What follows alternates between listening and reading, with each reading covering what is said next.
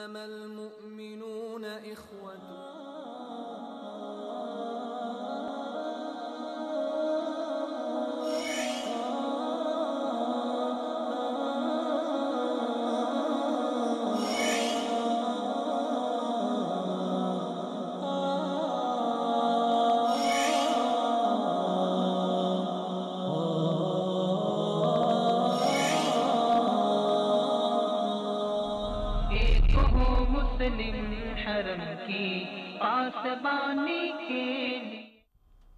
السلام علیکم ورحمۃ اللہ وبرکاتہ. ناظرین، پروگرام ایک ہو مسلم کے ساتھ آپ کا میزبان عبداللہ عالم زیب حاضر خدمت ہے. ناظرین، کہیں معصوم لاش بے آبرو ہو کر معاشرے کے اجتماعی کردار پر ماتم کر رہی ہے، تو کہیں درندہ صفت انسان اپنی ناجائز ہوس بجھانے کے لیے ننھی کلیوں کو بے دردی سے مسل رہے ہیں. کہیں قانون کے رکھوالے قانون کی دھجیاں اڑاتے ہیں، تو کہیں عام عوام قانون کو اپنے ہاتھ میں لینے کی کوشش کرتی ہے. کیا ہو رہا ہے مملکت میں، کیا ہم دیکھ رہے ہیں؟ بس یہی ایک آرزو ہے کہ میرے دیس میں صبح کب آئے گی فارس، میرے دیس میں صبح کب آئے گی فارس. گلی گلی مکروہ سیاہی شب کی ہے، وہ صبح جس میں انسانیت ہو، وہ صبح جس کی ہم تمنا کر رہے ہیں اس میں قانون ہو، وہ صبح جس میں احساس ہو، وہ صبح جس میں ہمدردی ہو. آخر معاشرے میں یہ بڑھتی بے راہ روی، چاہے وہ قانون کے رکھوالوں کی ہو یا عام عوام کی، اس کے اسباب اور اس کے محرکات کیا ہیں، اور ان اسباب کا، ان محرکات کا تدارک کیسے ممکن ہے. اور جہاں اس طرح کے افسوسناک واقعات ہوتے ہیں، اس کے بعد عام عوام اپنے جذبات کا اظہار کرنے کے لیے نکلتی ہے، جو کہ ایک انسانی فطرت ہے، تب ریاست کا رد عمل اس سے بھی زیادہ افسوسناک ہوتا ہے. اور وہی محافظ جو قوم کے محافظ ہوتے ہیں، وہی پھر قوم کے قاتل بن جاتے ہیں. آخر یہ تماشا کب ختم ہوگا؟ یہ تماشا کب ختم ہوگا، اور کب ہم چین سے، آزادی سے، محبت سے، پیار سے اور انسانیت کے ساتھ زندگی بسر کرنے کے قابل ہو جائیں گے؟ آج انہی موضوعات پہ ہم بات کریں گے. بات کرنے کے لیے حسب سابق میرے ساتھ تشریف فرما ہیں میرے دوست اور میرے ہم سفر، اس سفر میں میرے ہم سفر جناب جہان زیب منہاج صاحب. بہت شکریہ جہان زیب صاحب. اسی طرح ناظرین، ہمارے ساتھ آج کے دوسرے مہمان ہوں گے معروف شخصیت، جیو جنگ گروپ کے نامور صحافی، پی ٹی وی پر معروف ادبی پروگرام رات گئے تک کی میزبانی کرنے والی شخصیت. اور سب سے بڑھ کر ان کے تعارف کے لیے میں یہی کہوں گا کہ وہ پاکستان کی مشہور و معروف شخصیت انور مسعود صاحب کے صاحبزادے عمار مسعود صاحب بھی ہمارا ساتھ دیں گے. تو میں آپ ناظرین کا، اپنے مہمانان گرامی کا نہایت ہی مشکور ہوں. جہان زیب صاحب، کچھ دن قبل جو افسوسناک واقعہ رونما ہوا، اس سے قبل ہم دیکھیں تو اسی علاقے کو چاہے دیکھیں یا پوری مملکت کو دیکھیں، بے شمار ایسے واقعات ہمیں دیکھنے کو ملتے ہیں.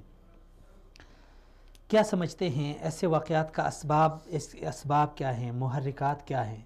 کیوں ایک واقعے کے بعد دوسرا واقعہ پیش آتا ہے اور پچھلے سے ہم سبق نہیں سیکھتے؟ بسم اللہ الرحمن الرحیم. بہت شکریہ عبداللہ صاحب، آپ نے ایک دفعہ پھر موقع دیا. اصل میں بات یہ ہے کہ یہ واقعہ جو زینب کا تھا، اس میں ایک بڑے فیس بک پر، مختلف سوشل میڈیا کے لوگوں نے سہارا لیا، ٹویٹر پہ.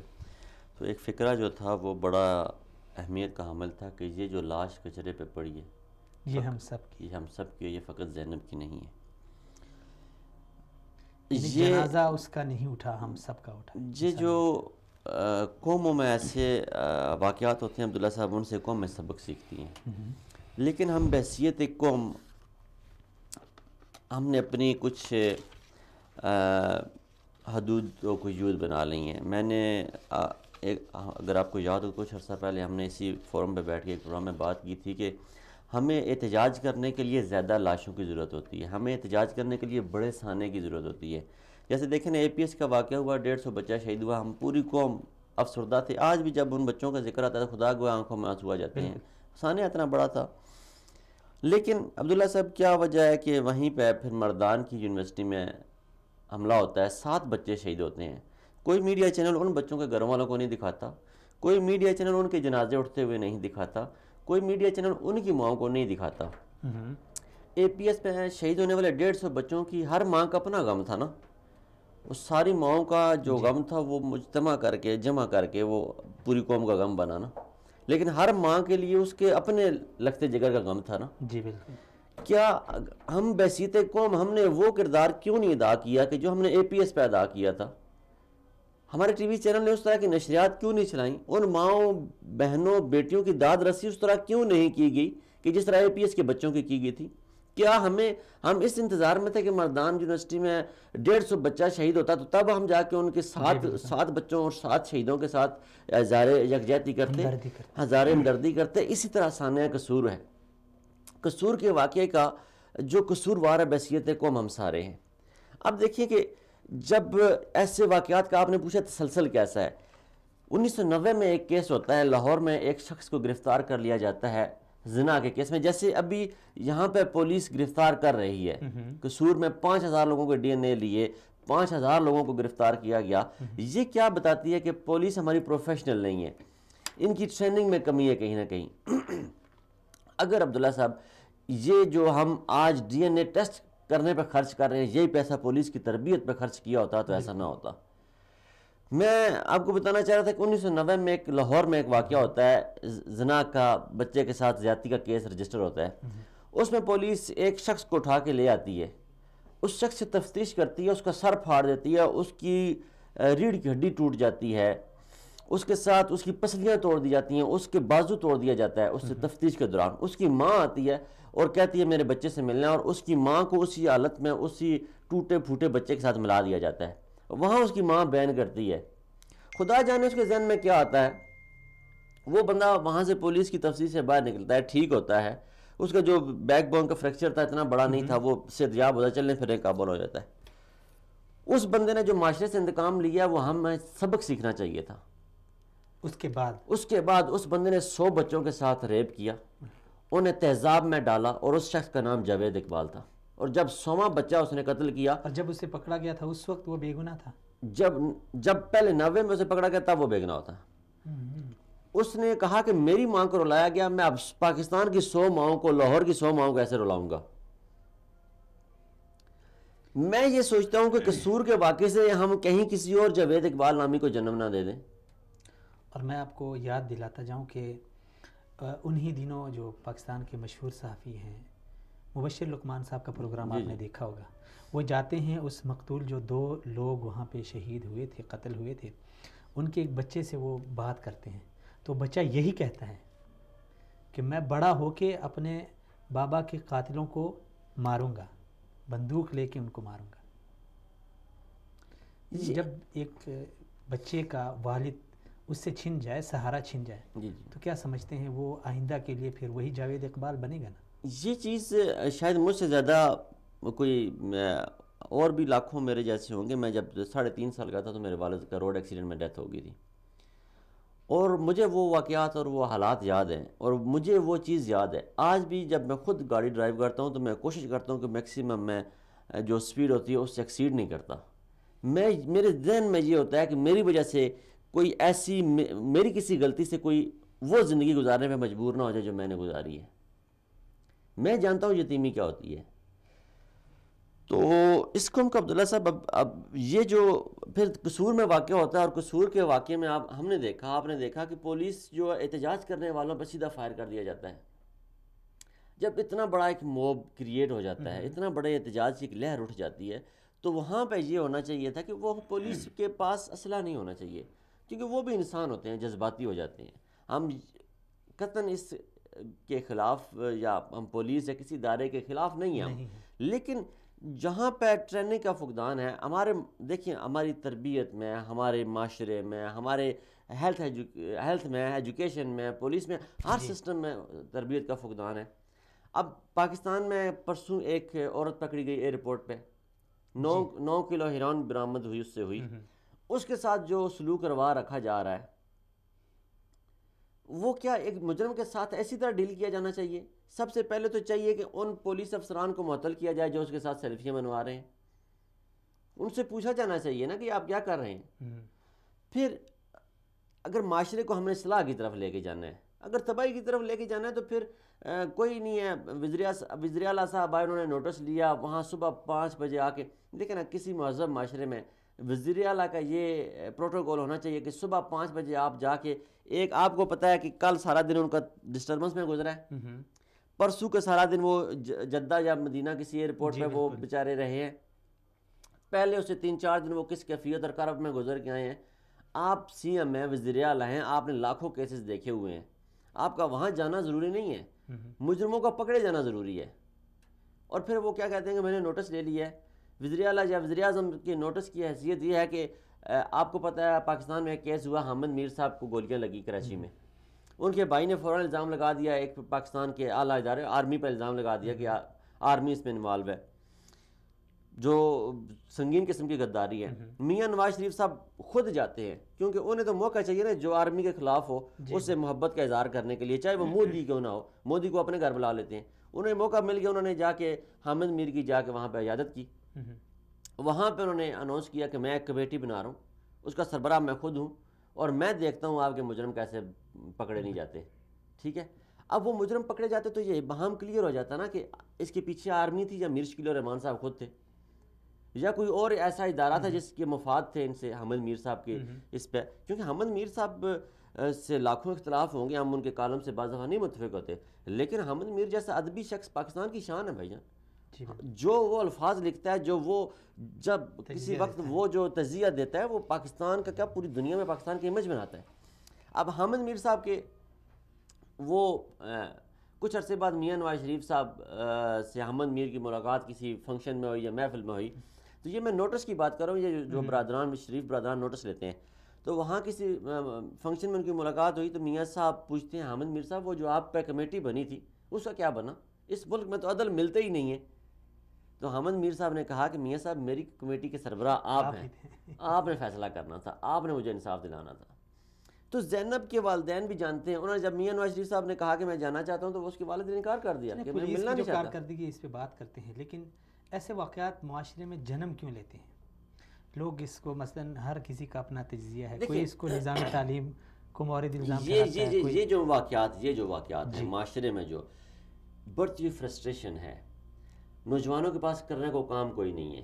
ٹھیک ہے، ایک تو جو فحش فلموں کا کاروبار ہے وہ ایک آسان اور سستا ذرائع آمدن ہے جو بے روزگار لوگ ہیں.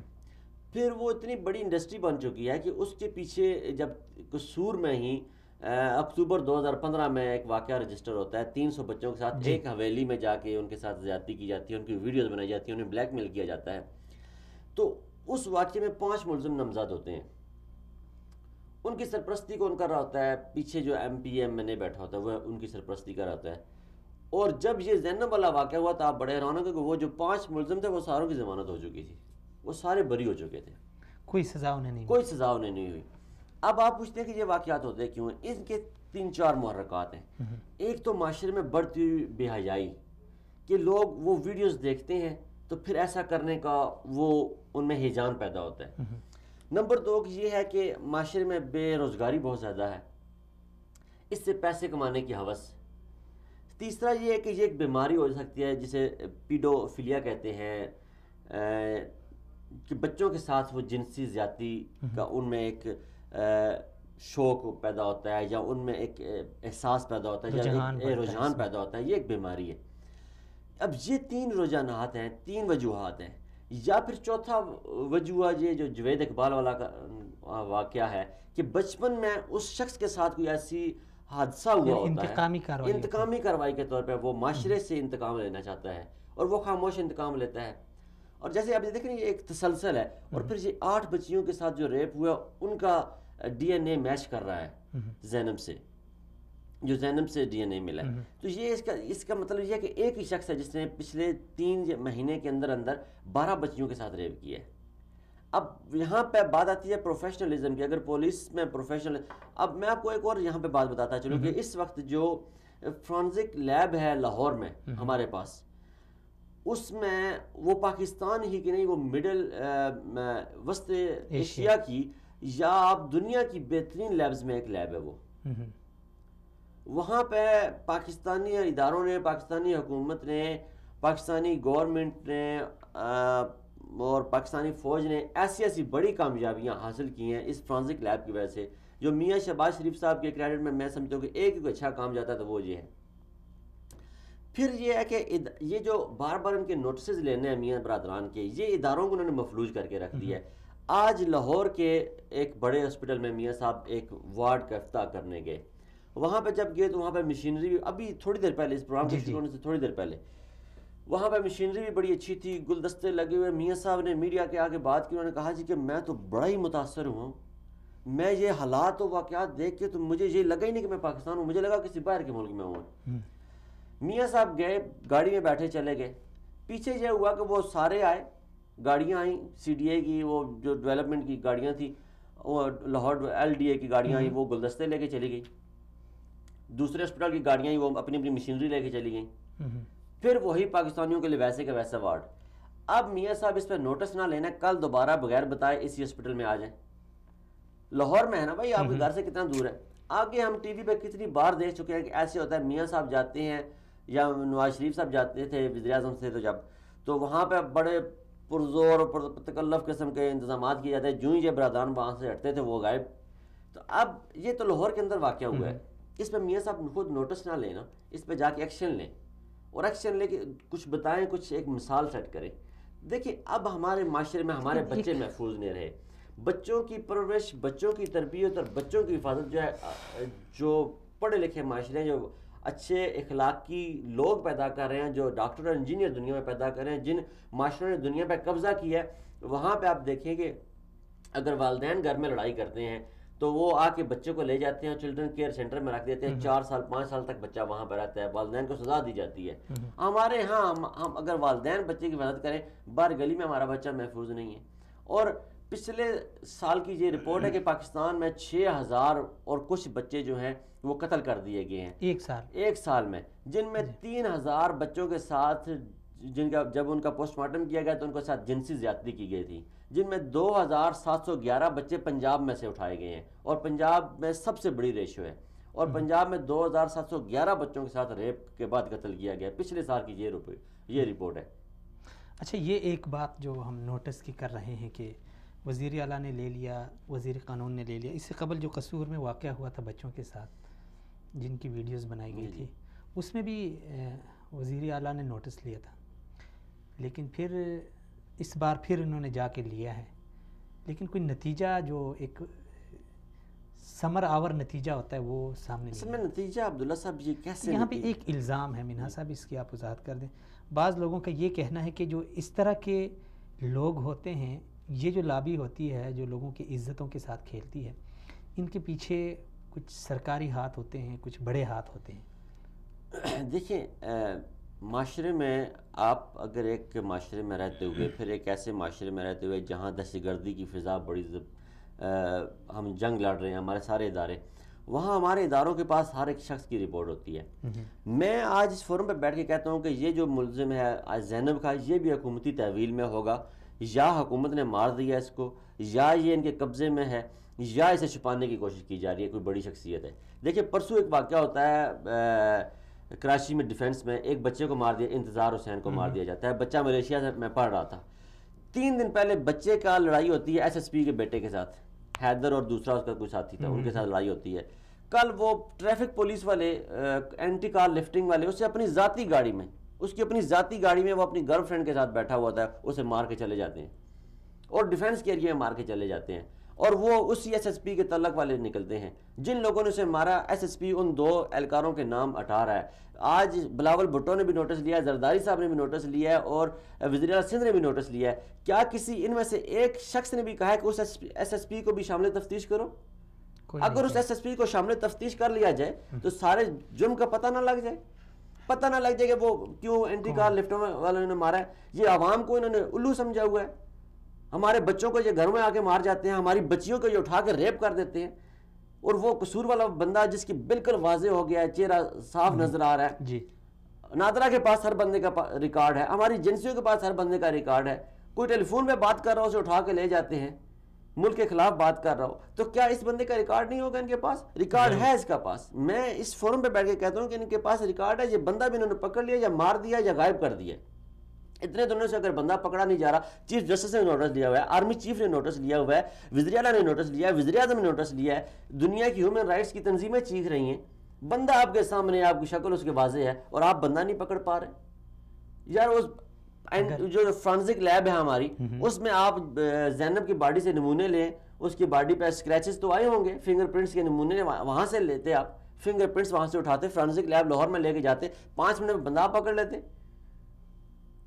تو پھر کیوں اس طرح سستی کر دی ہے؟ سستی اس کی وجہ یہی ہے جو آپ نے سوال کیا کہ ان کے پیچھے حکومتی لابی ہوتی ہے, ان کے پیچھے کوئی منسٹر ہوگا, ان کے پیچھے کوئی MNA ہوگا, کوئی MP ہوگا, وہ نواز شریف صاحب کے قریبی ہوگا, شہباز شریف صاحب کے قریبی ہوگا, وہ کسی جنرل کا رشتہ دار ہوگا, کسی MNA کا رشتہ دار ہوگا, کسی آرمی چیف کا, اس کا منسٹر کا, کسی جج کا رشتہ دار ہوگا. جو پہلے 300 واقعات ہوئے وہ سارے کے سارے اس لیے بری ہوئے کہ ان میں ایک مجرم تھا جو ہائی کورٹ لاہور کا وہ ملازم تھا.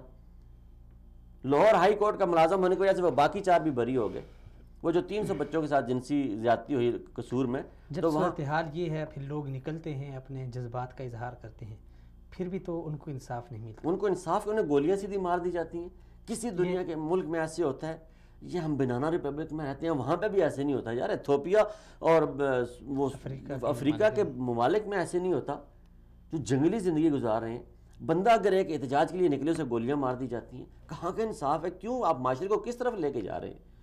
میاں صاحب تو ان کی تو پالیسی, میں کافی عرصے سے اپنے تسلسل سے اپنے اس پروگرام میں ہم کہہ رہے ہیں کہ ان کی تو پالیسی تصادم کیا, وہ کسی طریقے سے چاہتے ہیں ہمیں شہادت مل جائے, ہماری حکومت ختم ہو جائے. وہ جیسے وہ کپڑے اتار کے فش عورت کی طرح بازار میں نکلے ہوئے ہیں کہ کسی طرح کا میرا کوئی ریپ کر دے, میری عزت لوٹ لے, میری حکومت چھین لے مجھ سے. وہ تو اس کام پہ نکلے ہوئے ہیں, بس کسی طریقے سے لے لو یار حکومت.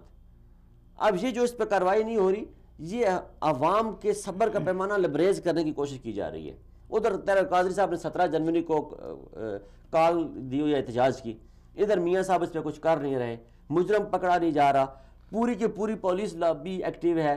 IG پنجاب آگے قصور میں بیٹھا ہوا ہے ہفتے سے. مزید اس میں یعنی نقصانات ہو سکتے ہیں, نقصانات کروانے پہ تلے ہوئے ہیں, بندے مروانے پہ تلے ہوئے ہیں. ان کے اپنے بیٹے مرے نا, ان کے اپنا کوئی بیٹا مرے, ان کی اپنی کسی بیٹی کے ساتھ زیادتی ہو, اللہ نہ کرے, وہ ہماری بیٹیاں ہیں, ان کا اپنا کسی بیٹے کو سینے میں گولی لگے, پھر میں پوچھوں کہ انہیں پتہ چلے کہ بیٹا مرنے کا درد کیا ہوتا ہے, بچی کے ساتھ ریپ ہونے کا درد کیا ہوتا ہے. یہ اتنے بڑے قلعوں میں رہتے ہیں, 600 کنال کے 6,000 کنال کے گھروں میں رہتے ہیں. پولیس تو عوامی ہوتی ہے, حکومت میاں صاحب کی ہو, خان صاحب کی ہو, زرداری صاحب کی ہو, لیکن پولیس تو اس عوام کی ہے, عوام کی محافظ ہے اور عوام کے ساتھ رہے گی. پھر پولیس والے کیوں اس طرح کے اقدامات اٹھاتے ہیں؟ عبداللہ صاحب, ادارے تباہ کر دیے گئے ہیں, ادارے تباہ کر دیے گئے ہیں. میں اکثر آپ کو میں مثال دے چکا ہوں کہ آپ نے دیکھا ہمارے پاس صرف اس وقت ایک ادارہ ہے, سپریم کورٹ آف پاکستان آزاد ادارہ ہے. ہمارے ججز کسی کے پریشر میں نہیں ہیں, ان پہ کسی کا پریشر نہیں ہوتا کہ یہ اس بندے نے مجھے ہٹا دینا ہے. صدر یا وزیر اعظم کے پاس اختیار نہیں کہ وہ ہٹا سکے, ٹھیک ہے. وہ جب ایک, آپ کو بھی پتہ ہے, ہمیں بھی پتہ ہے, ایک فضا قائم ہوئی پاکستان میں, احتجاج ہوا افتخار چودھری کے زمانے میں, تو وہاں پہ ایک جوڈیشل کمیشن بن گیا, ایک سسٹم بن گیا. آپ ججز خود تعینات ہو کے اپنے نمبر سے آتے ہیں, وہ آگے, وہ صدر یا وزیر اعظم کی مرضی سے نہیں آتے. دیکھیں ان کے فیصلے پوری قوم پہ اثر پڑ رہا ہے. چیف جسٹس جو بھی آتے ہیں, آج جو مرضی کر لینا, کبھی چیف جسٹس کو بابا کہتے ہیں, کبھی کیا کہتے ہیں, کبھی کیا کہتے ہیں, لیکن اس کے خلاف کچھ بھی نہیں کر پا رہے, اس کے خلاف کوئی کارروائی نہیں کر پا رہے. چیف جسٹس بھی تناؤ کا شکار ہیں, وہ عجلت میں بڑے عجیب فیصلے کر رہے ہیں. جیسے آج ان کا ایک فیصلہ تھا کہ مرغی گھر میں لائیں اور ایک دن رکھ کے پھر اسے کھائیں, اس کے مضر اثرات سے نجات پا کے پھر کھائیں. اب یہ دیکھیں اتنے ڈیپ لیول تک چیف جسٹس کو جانا پڑتا ہے, چیف جسٹس آف پاکستان کو, کیونکہ اسے فکر ہے کہ میری قوم کے بچے ٹیٹرا پیک کے نام پہ کیمیکل کھا رہے ہیں, کیمیکل پی رہے ہیں. جب یہ کیمیکل شدہ قوم کل جب یہ معاشرے میں یہ بھی تو ایک سوال ہے کہ ان کو اتنی حد تک اگر قوم کی فکر ہے تو پھر ایسے درندوں کو انصاف کے کٹہرے میں چیف جسٹس کیا کر سکتا ہے؟ مجھے یہ بتائیں نا، چیف جسٹس آف پاکستان اس میں اب کیا کر سکتا ہے؟ یا کہ آ کے قصور میں بیٹھ جائے اور انکوائری پہ بیٹھ جائے؟ وہ وزیر اعظم کو تفتیش کے لیے بلا سکتا ہے، وہ اگر وزیر اعلیٰ کو بلا سکتا ہے، وہ کسی بڑے لیڈر کو بلا سکتا ہے، تو کیا وہ چیف جسٹس صاحب یا ہماری سپریم کورٹ یہ نوٹس نہیں دے سکتی کہ ان مجرموں کو یعنی اتنے دن میں اتنی دیر میں ان کو حاضر کیا جائے، ان کو انصاف کے کٹہرے میں کھڑا کیا جائے؟ اور تب ہی دیکھیں اس دن جو واقعات ہوئے اس میں پھر عوام، قصور کی عوام نے چیف جسٹس صاحب سے اور چیف آف آرمی سٹاف سے ان سے گزارش کی ہے کہ انہیں انصاف دیا جائے۔ دیکھیں کل جو کراچی میں واقع ہوا پرسو ڈیفنس میں، اس میں بھی یہ بڑا شرمناک ہے ہمارے سیاستدانوں کے لیے۔ کسی نے بھی نہیں کہا میں زرداری سے، میں بلاول بھٹو سے، میں نواز شریف سے، میں شہباز شریف سے، میں آرمی، میں کسی، ان دونوں نے ان کی ماں باپ نے بھی اور زینب کے ماں باپ نے بھی، انہوں نے کہا کہ ہم چیف جسٹس آف پاکستان سے اور آرمی چیف سے اپیل کرتے ہیں ہمیں انصاف دلایا جائے۔ اس کا مطلب ہے یہ جو نچلے ادارے ہیں ان یہ سے لوگ جو مایوس سیاستدان تھے، یہ جو سیاستدان تھے، یہ جو سیاسی نظام تھا، یہ فیل ہو چکا ہے۔ یہ اپنے کردار میں، اپنی ڈیوٹی ادا کرنے میں یہ فیل ہو چکے ہیں۔ لیکن پھر بھی جمہوریت کا تسلسل ضروری ہے ملک میں۔ اگر ہم چاہتے ہیں کہ ہم دوسرے معاشروں کے ساتھ ملیں، اگر ہم چاہتے ہیں کہ ہمارا معاشرہ ترقی کرے، اگر ہم چاہتے ہیں کہ ہمارے ادارے آزاد ہوں، تو آزادی ہمارے اداروں نے اسی طرح حاصل کرنی ہے کہ یہ جمہوری تسلسل چلتا رہے۔ اس کے لیے ہمیں جدوجہد، اس میں سے ہم گزر رہے ہیں، ہمیں تکلیف کا بھی سامنا کرنا پڑے گا۔ پولیس کے حوالے سے آپ نے بات کی تو آپ نے بتایا کہ انور مسعود صاحب کے صاحبزادے ہمارے ساتھ ہوں گے۔ انور مسعود صاحب کا ایک شعر ہے کہ مریض کتنے تڑپتے ہیں ایمبولینسوں میں، ان کا حال ایسا ہے کہ مرنے والے ہیں۔ مریض کتنے تڑپتے ہیں ایمبولینسوں میں، ان کا حال ایسا ہے کہ مرنے والے ہیں، مگر پولیس نے ٹریفک کو روک رکھا ہے، یہاں سے قوم کے خادم گزرنے والے ہیں۔ اس کا مطلب ہے کہ وہ یہ جو پولیس ہے یہ ان کی ذاتی ملازم بن کے رہ چکی ہے۔ یہ پولیس جو ہے اس کی، یہ ابھی ایک پولیس والا ایک ایم این اے کی بات نہیں مانتا تو ایم این اے کیا کرتا ہے، وہ ایس ایس پی کو فون کرتا ہے یا ڈی جی کو فون کرتا ہے، آئی جی کو فون کرتا ہے، اسے کہتا ہے یار اسے معطل کر دو۔ ٹھیک ہے، اب یا تو ایک ایسا میکنزم بنا دیا جائے نا کہ اسے پولیس والے کو معطل کرنے کے لیے باقاعدہ ریزن دینی پڑے کہ اس موقع پہ اس نے یہ غلطی کی ہے، اس غلطی کی بنیاد پر میں اس کا یہ کیس بنا کے کورٹ میں بھیج رہا ہوں، کورٹ اس کی معطلی کا آرڈر کرے گا، تو پھر تو کوئی پولیس والا سٹینڈ لے سکتا ہے۔ ٹھیک ہے، وہاں پہ کیا ہے کہ پولیس والے نے بات نہیں مانی کسی ایم این اے کی، ایم پی اے گیا تھانے میں، اس نے چائے نہیں دی۔ ایک سپاہی تو یہی کر سکتے ہیں، چائے دینا ہو یا دوسرے کام۔ اب باقی جو لوگ ہیں یا جتنے آپ ایس ایچ او یا انسپیکٹر وغیرہ کے لوگ ہیں، انہوں نے تو بات ماننی ہوتی ہے۔ اگر وہ بات نہیں مانتا تو اسے ایک M N A M P A اتروا دیتا ہے۔ آپ نے دیکھا، میں نے دیکھا، پولیس کو لوگ چانٹے مار رہے ہوتے ہیں۔ یہ جب تک ادارہ مضبوط نہیں ہوگا، جب تک ادارے کے لوگ مضبوط نہیں ہوں گے، پھر ان کی ٹریننگ نہیں ہوگی، خود مختار نہیں ہوں گی، جب پھر ان کی ٹریننگ نہیں ہوگی، عوام کے ساتھ ان کا دوستانہ سلوک نہیں ہوگا، تب تک ایسے واقعات ہوتے رہیں گے۔ اب پولیس جو قصور کی پولیس ہے، پھر ہمارا ایک قومی المیہ بن چکا ہے کہ ہم 1 سے 2 دن احتجاج کرتے ہیں، تیسرے دن احتجاج نہیں کرتے۔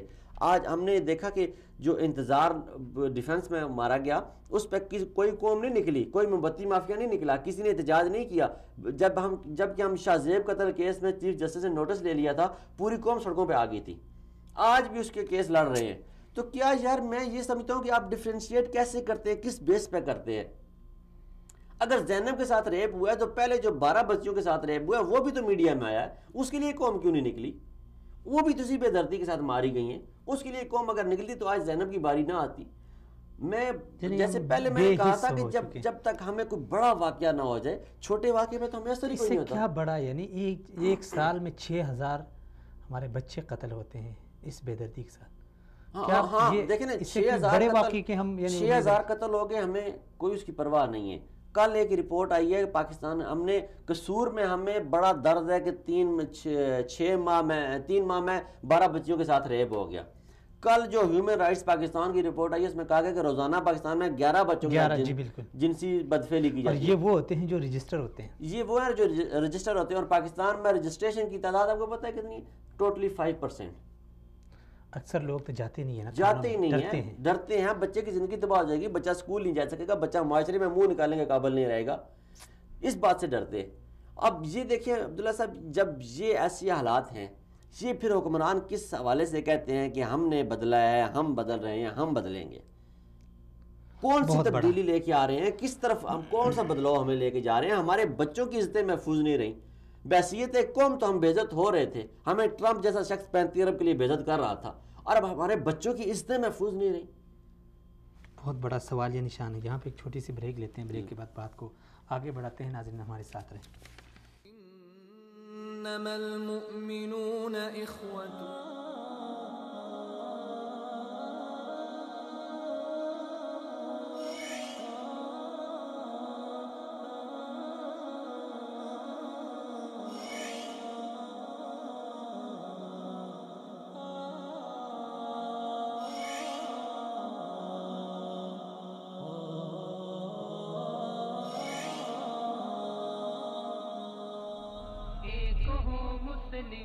حرم کی پاسبانی کے لیے قرآن حیات انسان ہے، قرآن ہمارا کفر کی تاریکی سے اسلام کی روشنی تک کا سفر۔ انسان ہے قرآن کتابی ہدایت کے ذریعے راہ راست پر آنے والوں کی داستان، سنیے ان کی اپنی زبان سے۔ اس وقت میں نے محسوس کیا کہ کلمہ سچ ہے، اور وہ صرف کلمات کا نام نہیں ہے۔ قرآن ہمارا رہبر ہے۔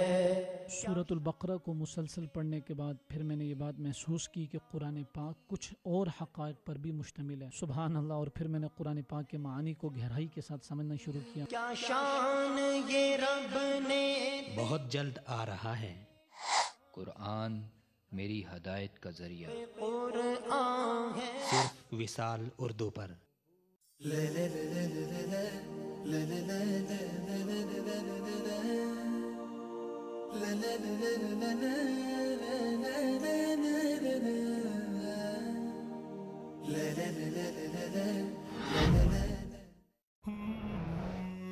قرآن کی بہار، علم کے انوار، سنت کی چھنکار، وصال اردو۔ دین کی خدمت ہمارا عزم، ہمارا فرض۔ سچ سامنے لانا ہمارا مقصد، ہمارا جذبہ۔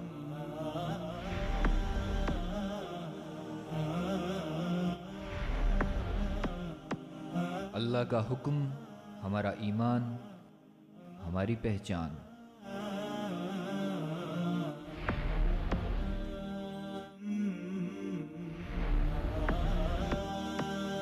نبی کی سنت ہماری رہنمائی، ہماری سچائی۔ وصال اردو، سچ کا چہرہ۔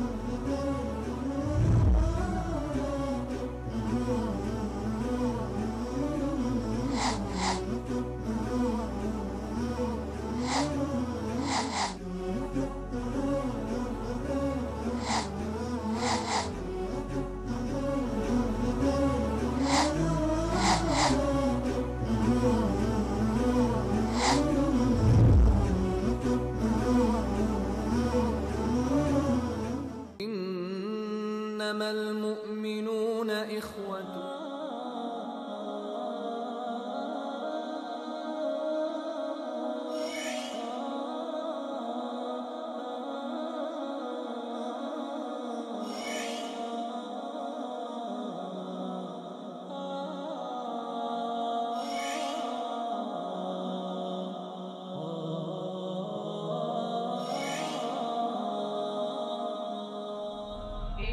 ہوں مسلم حرم کی پاسبانی کے لیے. ویلکم بیک ناظرین، ایک بار پھر سے آپ ناظرین کو خوش آمدید. ہم ناظرین بات کر رہے ہیں معاشرے میں بڑھتی ہوئی بے راہ روی، اس کے اسباب، وجوہات، محرکات، اور اس کے لیے ریاستی طور پہ یعنی اس کے روک تھام کے لیے جو اقدامات ہیں وہ کس قدر مؤثر ہیں یا کس قدر عوام ان سے مطمئن ہے. لیکن جس طرح ہم دیکھتے آ رہے ہیں اور سنتے آ رہے ہیں، اور جہانزیب صاحب نے بڑی ڈیٹیل کے ساتھ کہہ دیا کہ حکمران بے حس ہیں، معاشرہ غفلت کا شکار ہے، اور ہم معاشرتی جو ہمارا مجموعی کردار ہے اس کے اوپر بہت بڑے یعنی سوالیہ نشان ہیں. جہانزیب صاحب، حکومتی کارکردگی سے تو بالکل عوام ناخوش ہے، خاص کر ہمارے اداروں سے، لیکن ایسی صورتحال میں عوام کیا کرے اپنی حفاظت کے لیے، اپنے بچوں کی حفاظت کے لیے، اپنی عزت کی حفاظت کے لیے، اپنے مال کی حفاظت کے لیے عوام کے لیے اپنے لیے وہ کر سکتے ہیں؟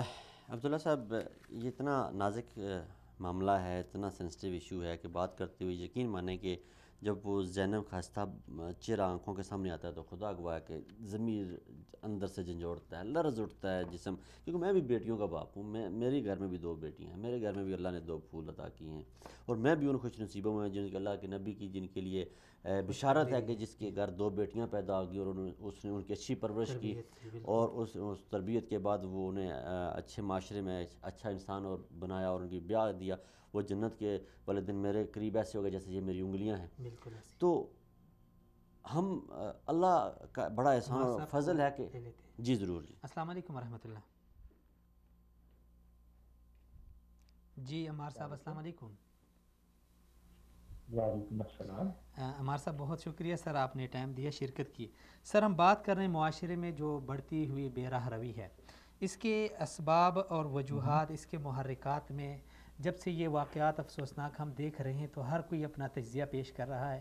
کوئی میڈیا کو مورد الزام ٹھہرا رہا ہے تو کوئی نظام تعلیم کو، کوئی والدین کو قصوروار ٹھہرا رہا ہے. سر آپ کیا کہیں گے اس حوالے سے، ہم کس کو ذمہ دار ٹھہرائیں؟ نہیں دیکھیے، یہ جو ہے نا کسی کو ذمہ دار ٹھہرانے کی بساط میری بالکل بھی نہیں ہے. اب یہ بہت ہی المناک دردناک واقعہ ہے اور اس کا سارے پاکستان کو بہت زیادہ دکھ ہے. ظاہر ہے اس طرح کے واقعات کی روک تھام ہونی چاہیے، بچوں کی ٹریننگ ہونی چاہیے، اس طرح کے لوگوں کو پابند سلاسل ہونا چاہیے. یہ ساری باتیں ٹھیک ہیں، لیکن دکھ پتہ بھائی ہمیں اس وقت ہوتا ہے کہ جس وقت جب اس طرح کا کوئی اندھوناک واقعہ ہوتا ہے جس میں ظاہر ہے ماں باپ بھی بہت زیادہ پریشان ہوتے ہیں. اس سے بڑا المیہ ان کے لیے کیا ہو سکتا ہے. ہمیں دکھ اس بات کا ہوتا ہے کہ جب لوگ اس مسئلے پر سیاست کرنا شروع کر دیتے ہیں. اور میں نے عموماً دیکھا ہے پاکستان جیسے معاشرے میں کہ جو ناکام سیاستدان ہوتے ہیں وہ اس طرح کے جرائم کا، اس طرح کے واقعوں کا انتظار کر رہے ہوتے ہیں. اور جب اس طرح کا واقعہ ہوتا ہے تو وہ مقدار جدوں کی طرح نا اس واقعے کے اوپر پل پڑتے ہیں. انہیں ذرا بھی احساس نہیں ہوتا اس کے گھر والوں کے علم کا، ان کے غم کا. اور اس پہ سیاست ہونی چاہیے. یہ ایک بہت ہی تکلیف دہ واقعہ ہے اور میں نے کئی جگہ یہ بات کہی ہے کہ اس طرح کے کسی ایک شخص کو، کسی ایک ادارے کو، کسی ایک علاقے کو، کسی ایک صوبے کو اس واقعے کا ذمہ دار نہیں ٹھہرایا جا سکتا. ہم سب اس معاشرے کے رکن ہیں. اس معاشرے میں یہ اندھوناک واقعہ ہوا ہے اور ہم سب اگر سوچیں تو اس بچی کے مجرم ہے. اس قدر زیادہ المناک واقعہ ہے کہ اگر اس کے بارے میں بات کریں تو ہماری آنکھیں بھر آتی ہیں. ہمیں دکھ ہوتا ہے، افسوس ہوتا ہے کہ ایسا واقعہ، ایسے درندہ شخص لوگ اس معاشرے میں ابھی تک موجود ہے. تو اس کا مطلب یہ ہے کہ ہمیں اپنے معاشرے کی تربیت پر توجہ دینی چاہیے. سر ایک واقعہ، یہ صرف معذرت کے ساتھ سر آپ کی بات کاٹ رہا ہوں، صرف یہ ایک واقعہ نہیں تھا جس نے ہمیں جھنجھوڑ کے رکھ دیا. اس سے قبل کئی واقعات ہم نے دیکھے، ہم نے سنے، ہم نے محسوس کیے اور بہت سارے درد اور تکالیف سے ہم گزر کے آ گئے. لیکن ماضی سے کبھی ہم نے سبق نہیں سیکھا اور نہ ہی ہم مستقبل کے لیے کوئی مضبوط پلاننگ کر رہے ہیں. سر اچھا دیکھیں، واقعات تو ظاہر ہے ہمیں یہ ریئلائز کرنا چاہیے کہ یہ واقعات دنیا بھر میں ہوتے ہیں. وہ ظاہر ہے ایک افسوس کی بات ہے کہ دنیا بھر میں اس طرح کے واقعات ہوتے ہیں اور اس طرح کے واقعات نہیں ہونے چاہیے. اس میں اسٹیٹ کو اپنا کردار ادا کرنا چاہیے, اس میں پولیس کو اپنا کردار ادا کرنا چاہیے, اس میں اساتذہ کو, میڈیا کو, والدین کو, اہل محلہ کو اپنا کردار ادا کرنا چاہیے. مجھے اس پوائنٹ کی طرف میں آپ کو لے کے آنا چاہتا ہوں. یہ جو بحث ہے نا کہ یہ واقعہ زیادہ اندھناک ہے یا اگر KPK میں نشان کو شرمسار کیا گیا تھا وہ زیادہ اندھناک واقعہ, علی خان نے ایک خاتون کو برہنہ کر کے سارے گاؤں کے سامنے کھلایا گیا تھا وہ واقعہ زیادہ اندھناک ہے. تو یہ بحث انتہائی احمقانہ ہے, اس کو ظالمانہ بحث ہے.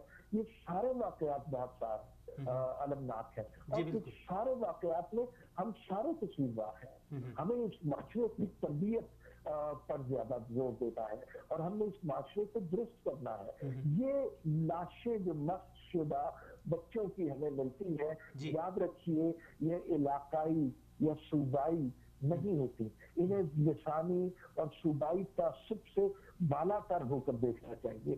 اگر ہم اس کو کچھ لوگ اس طرح رنگ دینے کی کوشش کر رہے ہیں کہ جیسے یہ پنجاب میں واقعہ ہوا تو پنجاب میں صورتحال. اچھا, اس کے جواب میں جو کاؤنٹر آرگومنٹ ہوتا ہے وہ اس سے زیادہ تکلیف دہ ہے. پھر لوگ اس کے جواب میں نکالتے ہیں کہ KPK میں اس طرح کے واقعات ہو چکے ہیں, کوئی سندھ کی بچیوں کی کہانی نکالتے ہیں. تو اس میں بڑا کلیئر پوائنٹ آف ویو ہے کہ یہ ایک افسوسناک واقعہ ہے اور اس کا سارا معاشرہ ذمہ دار ہے. ہمیں اس معاشرے کی تربیت پر توجہ دینی چاہیے, ہمیں اس سماج کو بہتر.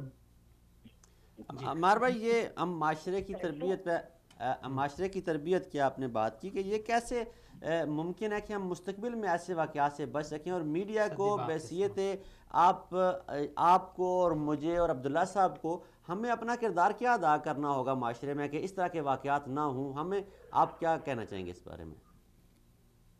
دیکھیے, پہلی بات تو یہ ہے کہ ایک کیفیت ہوتی ہے رنج و الم کی جب اس طرح کے واقعات ہوتے ہیں, دوسری کیفیت ہوتی ہے غصے کی, اس کی شدت کی. ہم نے اپنی شدت کی غم کرنا, غم منانا ایسے واقعات کا بالکل جسٹیفائی ہے, لیکن ان واقعات کو بیس بنا اگر آپ کسی شہر کو آگ لگا دینا چاہیں گے تو وہ مناسب بات نہیں ہے. تربیت کی بات آپ نے کہی, تربیت کی بات یہ ہے تو سب سے پہلے ہم نے اس معاشرے میں لوگوں کو یہ بتانا ہے کہ خواتین کے حقوق کیا ہے, بچوں کے حقوق کیا ہے, عورتوں کا مقام کیا ہے, منصب کیا ہے, جو ہمارے مذہب میں بھی متعین کیا ہے بڑے واضح الفاظ میں. اگر ہم خواتین کو وہ تقریم نہیں دیں گے اور ان کو صرف درندگی کا نشانہ بنانے کے لیے رکھیں گے تو پھر معاشرے کی تربیت نہیں ہوتی. ہمیں اپنے بزرگوں کے, اپنے اولیاء کے, اپنے جو ہے اجداد کی تربیت جو اسباق ہے ان کو یاد کرنا ہے, اور ہم نے کسی بھی خاتون کو احترام دینا ہے, عزت دینی ہے. اگر ہم اس محض تک, اور اس کے لیے کوئی ایک مطلب آپ صرف میڈیا کو ذمہ دار نہیں ٹھہرا, اس کے لیے اس میں اسکول سسٹم بڑا امپورٹنٹ ہے, اس میں بچوں کا نصاب بہت زیادہ اہم ہے, اس میں والدین کی تربیت بہت زیادہ اہم ہے, اس میں وہ محلہ اور اس محلے کے لوگ بہت زیادہ اہم ہیں. تو اوور آل ایک تربیت کی ضرورت ہے جس میں ہم نے لوگوں کو بنیادی سبق یہ سکھانا ہے کہ خواتین کا احترام ہم پر لازم ہے, سماجی طور پہ بھی, معاشرتی طور پہ بھی اور مذہبی طور پہ بھی. اگر ہم یہ سمجھانے میں لوگوں کو کامیاب ہو گئے تو شاید ہم لوگوں میں بیہیویئر ایٹیٹیوڈل چینج لے آئے, ایک سماجی تبدیلی لے آئے. اور یہ یاد رکھیے, سماجی تبدیلی کسی ایک پروگرام سے, تقریر سے, کسی ایک قانون سے نہیں آتی. سماجی تبدیلی اگر آپ لانا چاہتے ہیں کئی جنریشن لگتی ہے تو وہ ہمیں, لیکن اس کے لیے ہمیں ذہنی طور پر تیار ہونا چاہیے. آج بھی سے ہمیں نہیں چاہیے کہ جو خاتون ہے وہ محترم ہے, اس کا احترام کرنا ہے. چلے جی عمار صاحب, بہت شکریہ, سلامت بہت رہیں سر, آپ نے ٹائم دیا. Thank you very much. بہت ہی اہم بات انہوں نے کی ہے, اور جو ہم اکثر و بیشتر دیکھ رہے ہیں کہ ایسے واقعات کو لے کے قومیت کو اچھالا جاتا ہے, صوبائیت کو اچھالا جاتا ہے, اور سب سے بڑھ کر جہاں زیب صاحب جو افسوسناک ہے, ایسے واقعات پہ سیاست ہوتی ہے. اس سے قبل میں آپ کو یاد دلاتا جاؤں, جس دن لاہور میں ایک افسوسناک واقعہ ہوا, اگلے دن بلکہ اسی دن ہمارا پروگرام تھا, آپ ہمارے ساتھ تھے, اور اسی دن جب 13 لوگ وہاں پہ اس دھماکے میں شہید ہوئے تو ہمارے وزیر قانون صاحب میڈیا سے بات کرتے ہوئے میں نے خود ان کو سنا تھا، انہوں نے کہا کہ آج جو نقصان ہوا ہے یہاں پہ اس سے زیادہ بڑھ کر عمران خان ملک کا نقصان کر رہے ہیں، یعنی لاشوں کے اوپر سیاست۔ اسی طرح یہی بھی ہم دیکھ رہے ہیں ایسے جب واقعات ہوتے ہیں تو ہمارے سیاستدان سب سے پہلے جا کے تصویری سیشن ہوتا ہے ان کا، ہاتھ سر پہ رکھتے ہیں اور پھر اپنی سیاست چمکانے کے لیے وہ کچھ اعلانات کرتے ہیں اور پھر آئندہ کے لیے وہ کچھ ایسے یعنی اپنی منصوبہ بندی پیش کرتے ہیں۔ یہ اسی سیاست کے موضوع پہ اگر ہم بات کریں تو ہمارا یہ جو قصور کا واقعہ ہوا ہے اس پہ بھی یہ میں کچھ ورقے لے کے آیا تھا، لیکن اپنے الفاظ اتنے تھے کہ ان کا اظہار نہیں کر سکے۔ وہ ایک ٹی وی اینکر پرسن ایک MNA سے سوال کرتے ہیں کہ آپ قصور واقعے میں ان کے گھر نہیں گئے، تو وہ اسے کہتے ہیں بی بی وہ میرے حلقے میں نہیں آتا۔ ارے ان کا نام ہے رشید احمد MNA N140 سے وہ ہیں، ہاں قصور سے۔ وہ کہتے ہیں بی بی وہ میرے حلقے میں نہیں آتا۔ یہ دیکھیں یہ ہماری ایک مائنڈ سیٹ ہے، یہ ہمارے عمار صاحب نے کہا ہم ایسے واقعات انسانیت کے ناطے عمار صاحب نے ان کی میں ٹویٹر پہ بھی ان کو فالو کرتا ہوں، فیس بک پہ بھی، انہوں نے ایک بڑی پیاری بات لکھی تھی کہ یہ جو اس موضوع پہ جو سیاست چمکا رہے ہیں وہ درندے اور گدھ ہیں۔ اور آج حامد میر صاحب نے ایک بڑی پیاری بات لکھی، انہوں نے کہا کہ ان کو درندہ کہنا بھی درندوں کی توہین ہے۔ آپ نے دیکھا نہیں کبھی جنگل کے بادشاہ کو وہ کسی اپنے جانور کا بچہ نہیں مارتا؟ ارے یار آپ فکر ہے کہ اس کا وزن چیک کریں۔ حامد میر نے جو کہا کہ اس نے کہا کہ درندوں کو نہیں دیکھا، وہ بھی بچوں کو نہیں مارتے، یہ درندوں سے بڑھتر کوئی چیز ہے۔ اور یہ عبداللہ صاحب ہمیں جب معاشرتی طور پہ ہم یہ چاہتے ہیں کہ یہ ایسی چیز آئندہ ہمارے معاشرے میں نہ ہو، میرا اور آپ کا یہ سوال ہے کہ آئندہ ہمارے معاشرے میں یہ چیز نہ ہو، اس کی روک تھام کیسے ممکن ہے؟ تو ایک تو میرے ذہن میں کچھ ہے اس کے جوابات، وہ میں سمجھتا ہوں کہ عوام کے ساتھ شیئر کیے جائیں کہ ہم اپنی نجی محفلوں میں ایسے شخص کو نشان عبرت بنا دیں۔ نشان عبرت سے مراد یہ نہیں کہ اسے قتل کر دیں خدا نہ خواستہ، یا اس کے گلا کاٹ دیں، یا گولی مار دیں، یا اسے چاقو پہ وار کر دیں، اس کے ساتھ تعلقات سارے معاشرتی طور پہ قطع کر دیں کہ جو اس موضوع پہ بات کرے، بچوں کے ساتھ جنسی لطافت کے اوپر بات کرے، جو اس فعل کا مرتکب ہو اور بتائے فخر کے ساتھ، اور اسے ہم جیل کی سلاخوں کے پیچھے پہنچانے میں اپنا کردار ادا نہ کریں۔ تیسری بات، ہمیں اپنے دوستوں میں اصلاحی پروگرام چلانے ہوں گے، یونیورسٹیز اور کالج کے جو اسٹوڈنٹس ہیں ان کے ساتھ یہ بات کرنی ہوگی کہ اس قسم کے فعل جو ہیں یہ معاشرتی طور پر بھی ایکسیپٹیبل نہیں ہے، اور یہ دنیا کے انٹرنیشنل بھی ایکسیپٹیبل نہیں ہے، اور یہ پاکستان کے توہین کا سبب بنتے ہیں، اخلاقی طور پر بہت بری چیز ہے۔ اور اسے نشان عبرت اس طرح بنایا جائے، اور ایسے اشخاص کا ان کے ساتھ قطع تعلق کیا جائے، ان کے لیے سائیکیٹرسٹ کا بندوبست کیا جائے، ان کے ڈاکٹر کا بندوبست کیا جائے، ان کو ڈاکٹر کے پاس بھیجا جائے، ان کا علاج کروایا جائے، اور معاشرتی طور پر ان کی سب سے بڑی بات جو ان کے ساتھ قطع تعلق کیا جائے، گھر میں اس کا داخلہ ممنوع کیا جائے، خاندان کے ساتھ اس کا داخلہ قطع کیا جائے، اور اس کے ساتھ ایک اس قسم کا سوشل بائیکاٹ کیا جائے کہ وہ معاشرے میں نشان عبرت بن جائے، تاکہ معاشرے میں کسی کی دوبارہ جرأت نہ ہو اس قسم کا کام کرنے کی۔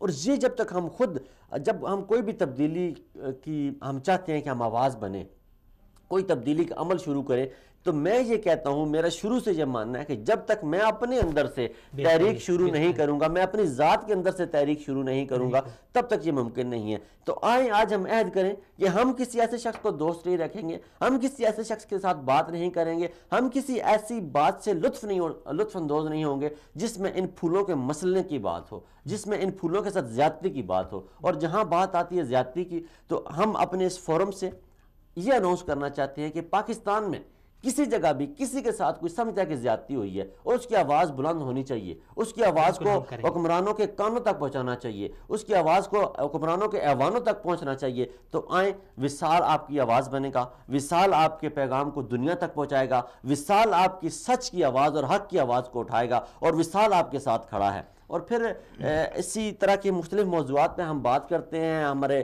کیونکہ ہم ایک سوشل میڈیا ہمارے ساتھ ہے، ہمارا ایک میڈیا چینل ہے اپنا، تو یہ کچھ ادارے پاکستان میں یہ سمجھتے ہیں کہ ہم ان کے خدا نخواستہ خلاف ہیں۔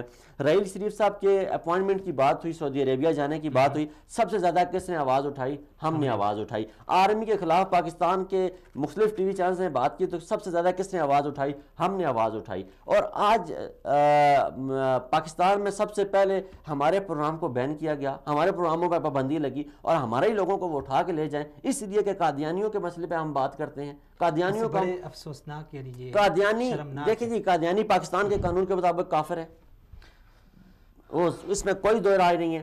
نبی پاک صلی اللہ علیہ وسلم کا انکار جو بھی جس بھی کسی بھی حالت میں کرے گا وہ کافر ہے، وہ کفر کے زمرے میں جاتا ہے. لیکن ہم اس بات کی قطعی تبلیغ نہیں کرتے یا قطعی ہم اس بات کی تبلیغ نہیں کرتے کہ کسی کو مارا جائے، قانون کو اپنے ہاتھ میں لیا جائے، یا قانون کوئی بھی ایسا شخص جو یہ کہے کہ ہم اشتعال پھیلا رہے ہیں، کوئی ایسی چیز نکال کے دکھائے جس میں یہ اشتعال دلایا گیا ہو کسی کو کہ جاؤ کسی کو قتل کر دو. یہ تو قانون کا کام ہے، یہ تو حکمرانوں کا کام ہے، یہ تو عوام کا کام، یہ تو عدلیہ کا کام ہے پھانسیاں دینا. ہمارا کیا کام ہے؟ ہم یہ آواز اگر کوئی چاہتا ہے کہ ہم یہ آواز بند کر دیں گے کہ قادیانیوں کے انہیں کافر نہیں کہیں گے، ہم یہ آواز بند کر دیں گے قادیانی جو پاکستان میں شر اور فساد پھیلا رہے ہیں اس کے خلاف آواز اٹھانا بند کر دیں گے، تو یہ تب تک ممکن نہیں ہے جب تک ہماری سانسیں چل رہی ہیں انشاءاللہ. اور ہم حق اور سچ کی آواز کو بلند کرتے رہیں گے. میں ناظرین کے ساتھ بھی یہ بات شیئر کر دوں کہ آپ یہ سمجھتے ہیں کہ دنیا میں اور پاکستان میں کسی کونے میں بھی آپ کے ساتھ کوئی زیادتی ہوئی ہے، آئیں ہمیں بتائیں، ہم آپ کی آواز بننے کو تیار ہیں انشاءاللہ. لیکن یہ سوالیہ نشان ہے ہمارے اداروں پر کہ کیسے ایک لابی جسے آئین نے جسے قانون نے غیر مسلم کلیئر کر دیا اور جس پہ ایک ملک کی اکثریت کا یعنی فیصلہ بالکل متفقہ طور پر فیصلہ ہے، اس کے باوجود بھی وہ لابی اتنی متحرک ہو جائے کہ وہ ہماری پارلیمنٹ تک پہنچ جائے، ہماری آئین کے اندر وہ ترمیم کرنے کی یعنی جسارت کر لے، ہمارے قانون نافذ نہیں. اس میں خالی وہ لابی قصوروار نہیں عبداللہ، اس میں ایک دیکھیں نا، اگر ان میں ایک شخص بیٹھا ہوا تھا، ان میں ایک شخص اتنا طاقتور تھا، ہماری 272 کی جو اسمبلی ہے 372 کی، یہ کچھ نہیں کر سکی، ان سے کچھ بات نہیں بن پائی.